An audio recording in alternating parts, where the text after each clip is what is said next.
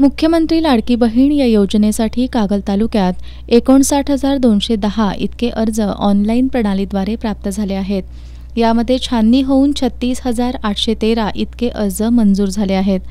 Online अर्ज करून कागल तालुक्यात 62.17% इतके अर्ज मंजूर झाले आहेत। मुख्यमंत्री लाडकी बहीण या योजनेच्या नोंदणीत कोल्हापूर जिल्ह्यात शाहूवाडी तालुका प्रथम क्रमांकावर असून कागल तालुका दुसऱ्या क्रमांकावर असल्याची माहिती पालकमंत्री हसन मुश्रीफ यांनी दिली आहे। 19 ऑगस्ट 2024 रोजी रक्षाबंधन हा भगिनींचा सण आहे। रक्षाबंधना दिवशीच कागल तालुक्यातील भगिनींना मुख्यमंत्री लाडकी बहीण योजनेच्या माध्यमातून त्यांच्या खात्यावर रक्षाबंधन भेट दिली जाणार असल्याचं मुश्रीफ यांनी सांगितलं।